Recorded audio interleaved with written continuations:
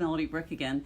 I didn't do a preview today, so which I should have, but I kind of ended up having a busy day. So I am going to be talking about something different today.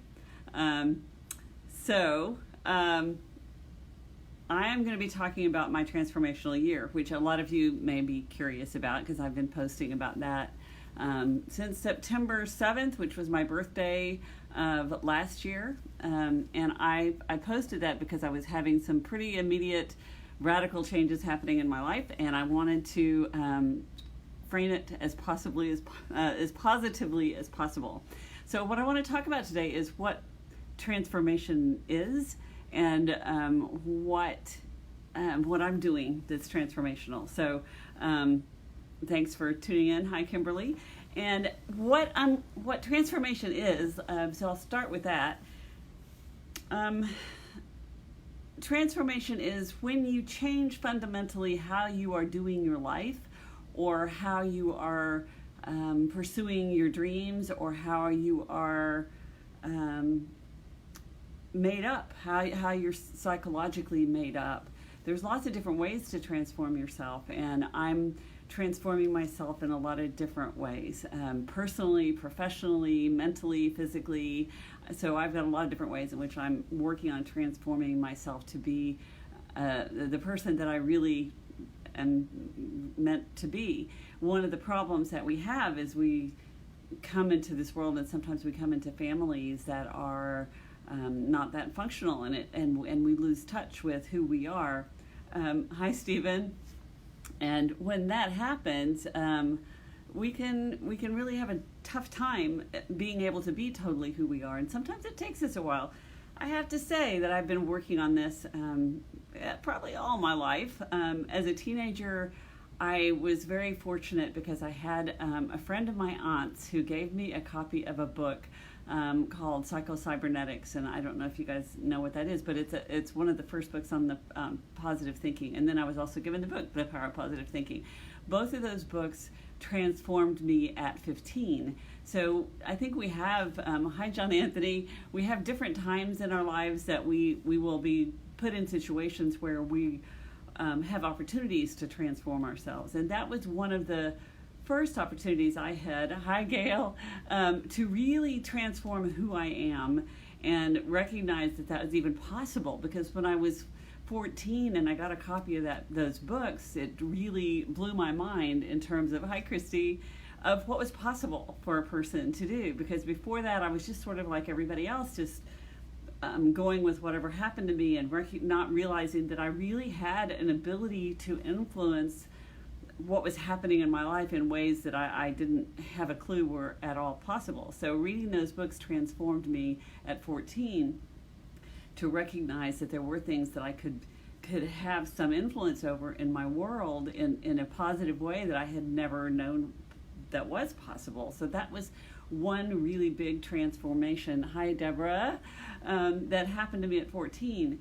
And I was also at that same time reading the Bible, so I just had all of these awesome influences that really transformed how I saw myself, my world, the people around me, and it all came together in a really lovely way. And of course then life happens, and my mom had a what was at the time called a nervous breakdown. We now call it just a psychotic break, and that kind of threw my whole life in a tailspin again for a number of years. But there have been different times when I've had opportunities to have transformations, and I think all of us have times in our lives that provide transformation, some good, and some not so good, like the transformation that happened. There was a transformation when my mom had her psychotic break that was not necessarily a positive transformation, but when I use the word transformation, I'm really using it in the terms of consciously transforming myself in a way that allows me to become more than what I was before.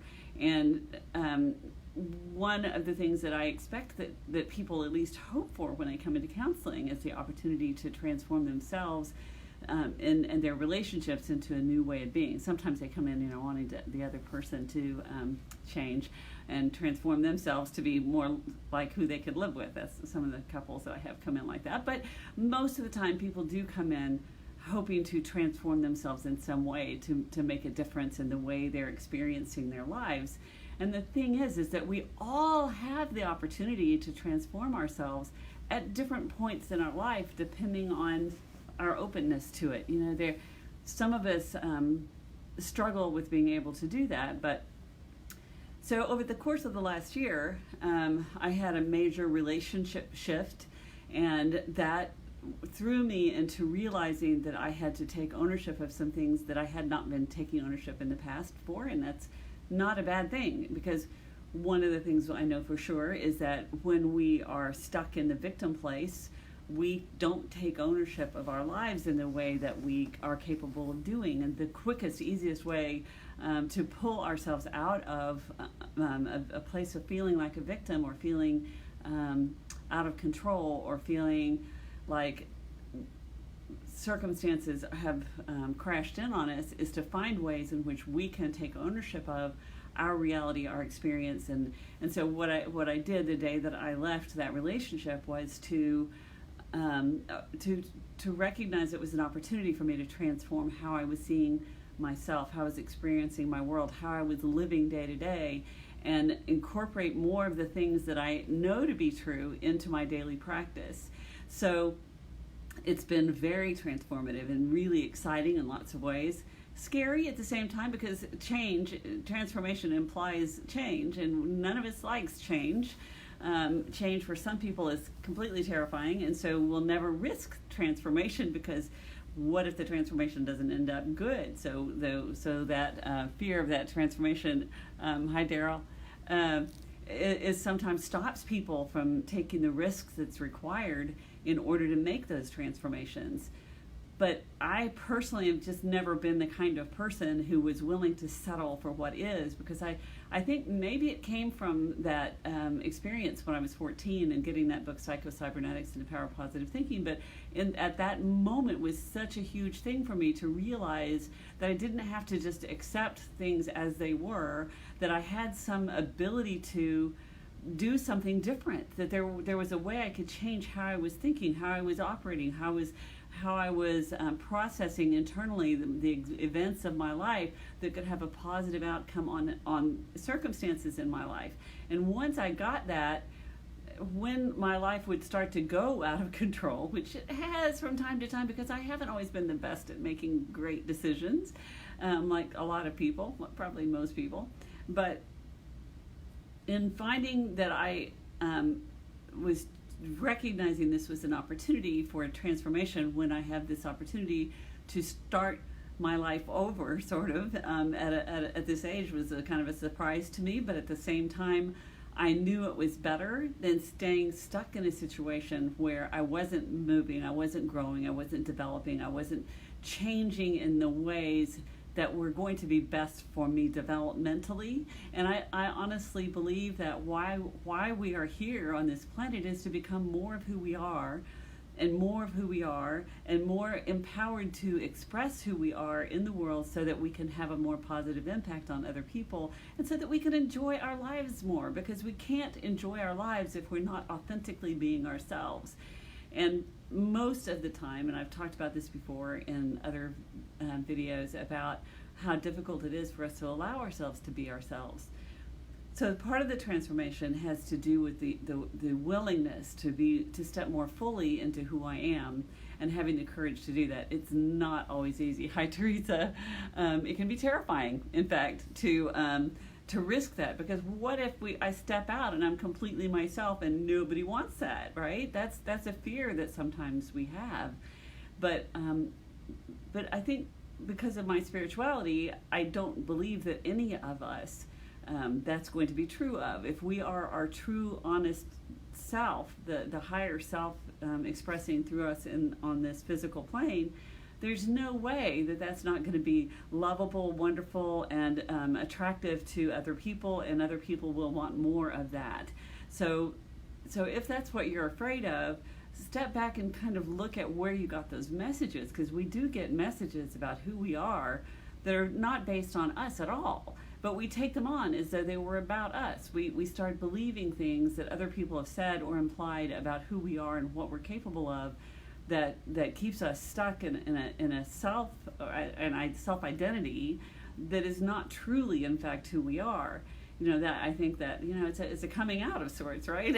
Which it's a different kind of coming out, but for some people that is the coming out, right? Is recognizing and accepting who we are, whether we're a person who has gender differences, or whether a person who just has a different personality than perhaps they've been allowed to express in the world. Perhaps you have different goals, dreams, and a higher order of self than you've allowed yourself to express before. So transforming ourselves requires us to be connected to ourselves, right? So learning how to connect with ourselves gives us permission from the inside to allow ourselves to go and be outside. And part of that has to do with being in a place where we can understand fully that other people's reactions to us honestly have zero to do with us. And that is so hard for us to get.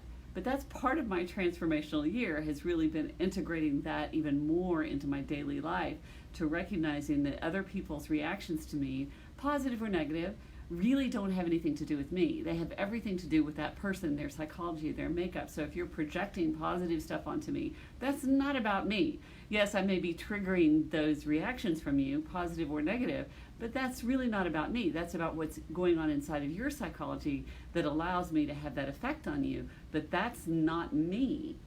And the more I can understand that for myself, and the more I can help my clients and the people around me understand that, the healthier my entire world becomes, because then other people can speak to me from a place of ownership of what they're feeling. I can speak to other people with ownership of what's my reality without having to blame or give credit to something that has nothing to do with me. I hope that doesn't sound too abstract, but so the beginning of my transformation was recognizing and taking ownership of my ability to provide solely for myself, because for the last several years, I have not provided solely for myself because of various reasons, but having somewhat to do with the hours that a counselor has to work, because I do have to work evenings if I'm going to see couples. So I had limited my hours of work so that I could be home when my partner was home. Well, now I don't need to do that, so it works out great. Hi, Lexi. So glad to see you. So I allowed myself to expand my work hours. I allowed myself to expand myself to where I not only take private pay, but I also take some insurance plans. And so that has allowed me to increase my income. So that was the first transformation that had to take place for me to be able to shift into this new reality that I'm in, to transform my work life and to get some stability financially, and I think that was a very positive thing. Now that's not all of what I'm hoping to transform, because I'm very excited that I'm going to be getting some opportunities to direct some more film work in a different capacity than I did in the past, because in the past that was all involved with my partner, and now it's going to be me and other partners. So that's another way I'm transforming myself. And some of the other ways I'm transforming myself are to incorporate more mindfulness into my daily life, into my practice routine. I mean, I've always done some, but I've never been disciplined about it. So one of the things that I am doing is disciplining myself to do more mindfulness during my daily life, so that I can be more connected to who I am, because the more connected I am to who I am, the more I'm able to express who I am out in the world. So if you're truly wanting to transform yourself, and I'm glad you're watching, Christy, because you know this is true, mindfulness, and Christy is a mindfulness instructor, and so mindfulness is a learning how to become mindful and have to incorporate a mindfulness practice into your daily life, can allow you to get more and more connected to your higher self, so that you can be more of who you are in this world, and you stop accepting things that are not good for you. What was that? Lovely, Christy. So yeah, that sacred pause is what allows us to express who we truly are. And there's been so many things in my life, and abuses and traumas and betrayals and disappointments and losses that have held me back, and because of my childhood ways of thinking have they'll creep in from time to time, especially when it comes to relationships, where I start taking ownership of things that don't belong to me, and I start allowing in judgments and old beliefs that infect sometimes how I react to things. And being patient with myself about that is also really important, because our old brains will just sort of react without us even thinking about it.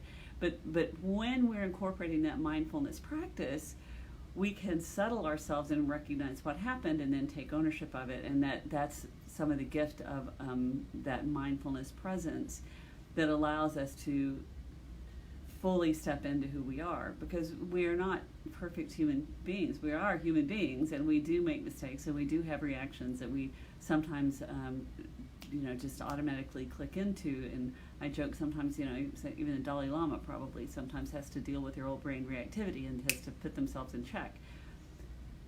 Probably less so than I do, but nevertheless, so transforming myself to practice my mindfulness more, practice changing my financial status in a different way, and transforming myself as a filmmaker into an independent woman who is able, to do those things on my own, with my own crew, my own identity as a filmmaker, separate from my partner.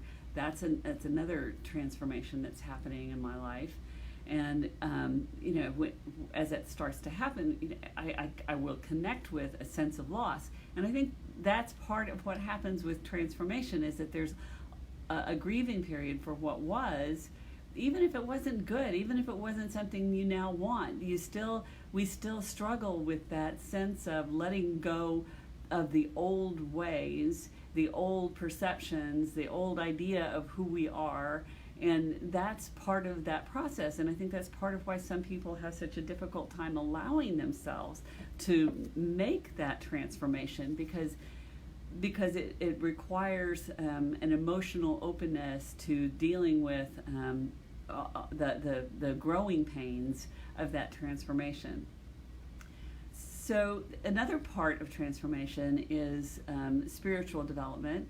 And I know, and I'm not even talking about religion, because I'm not big on religion, although I am a Christian person, but I believe that there is a higher being within each of us, that we are born here on the planet to represent the Christ spirit on this planet, or the spirit of love, because God is love on this planet, and learning how to be that more inclusively, which means including ourselves. Hi, Suze. Great to see you.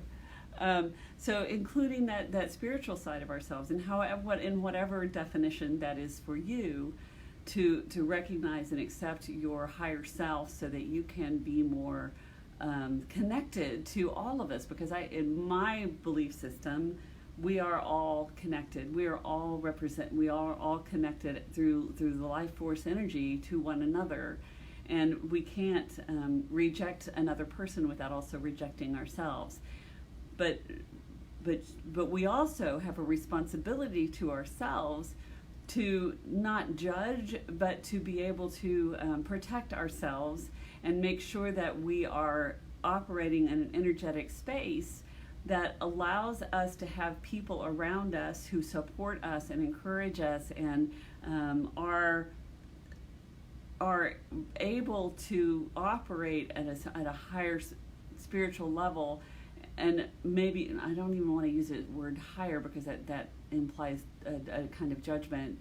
But what I'm really meaning is kind of where we're at, because whatever level you're at, that's where you need people who are where you are at, or maybe just a little more toward where you're trying to get to, so that you can have people around you that will allow you to go that way. So if you have a lot of people around you who are addicts, who are still struggling with trauma, who are still having anger outbursts, all that stuff, it's going to sort of keep you in that chaos way of being, if they aren't on a path of spirituality, if they're not on the path of mindfulness, if they're not on a path of self-growth.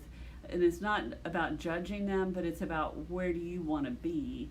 And you can choose, because everybody's on their own path, and I believe every one of us is ultimately on our own path of self-growth. And if your path at this moment means you're stuck in that anger, you're stuck in that trauma, you're stuck in that addiction process, whatever it is, that there's no judgment about that, because you will eventually grow out of that. That's just part of the process. But for me personally, to be able to go where I want to go, I need people around me who are going where I want to go. And that's what I think we all need to be sort of aware of, the energies around us. And when I'm talking about spirituality, that's really largely what I'm talking about, is because we are spiritual beings, and we have what's called a spiritual body that affects other people, and we are affected by. And having that awareness of that can help us be sensitive to what we want to choose to have around us. And that's part of my transformation, is recognizing I just really want more people around me that I like, and who are on this journey in this kind of the same place, or headed in the same direction that I'm in, so that we can journey there together and support each other in that process. And I think we all need that. We don't need that community of spirituality to allow us to move to where we want to be. The other thing, of course, is physically, the physical transformations. And I've always eaten healthy. I've always exercised. I've been doing yoga for many years. And what the transformation for me physically right now is addressing some of the body aches and pains that I have sort of put on the back burner, and just kind of walked through, and not really allowed myself to heal. So I'm doing what's called rolfing. I don't know if you guys are familiar with that term. It's a deep tissue release of pain that's stored in the body. And I've done about 4 sessions now, and I've already released some pain that was in my shoulder from a fall that I did through aerial yoga a few months back. Worked through some stuff in my hips that I'm sure has to do with support, which is what Louise Hay says.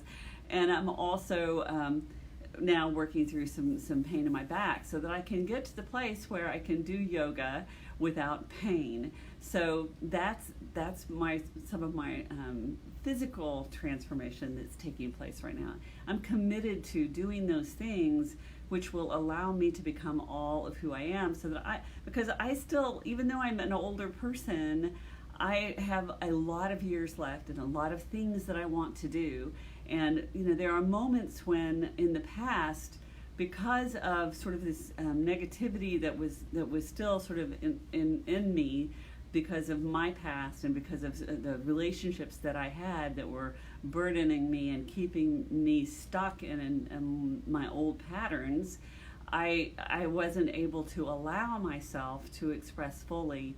And now that I'm sort of cleaning that stuff up and clearing my space and doing my mindfulness and becoming more spiritual and addressing some old stuff that maybe I haven't addressed before. So doing some personal work in some areas, and I've done a lot of personal work. I was going for the gold medal in therapy. I did more than 8 years of very intense work, and there's still pieces. There's always pieces. It's one of the things that I've become aware of, is that we are continually growing. We're continually healing.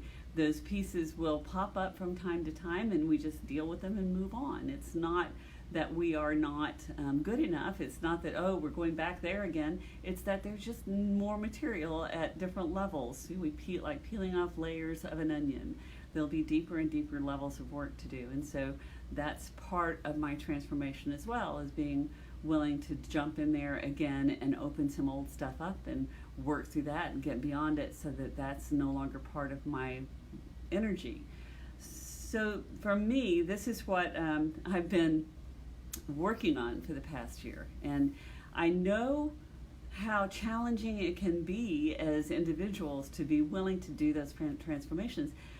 One of the pains of my life is that my mom did recognize from time to time that there were things that she needed to work on, but she was too afraid to go there. And I know there are some people who are just too overwhelmed with their stuff. It's too big, it's too scary, they don't feel equipped, they don't feel supported, they don't have the ability to allow themselves to face whatever that is, and that's their journey. And I feel sad for them because I know how much better their life could be, but at the same time I have a great deal of empathy for how hard it is to do it. So there's no condemnation if you are too afraid, if you are too stuck in your pain, if there's too much stuff in your history that you just can't do it.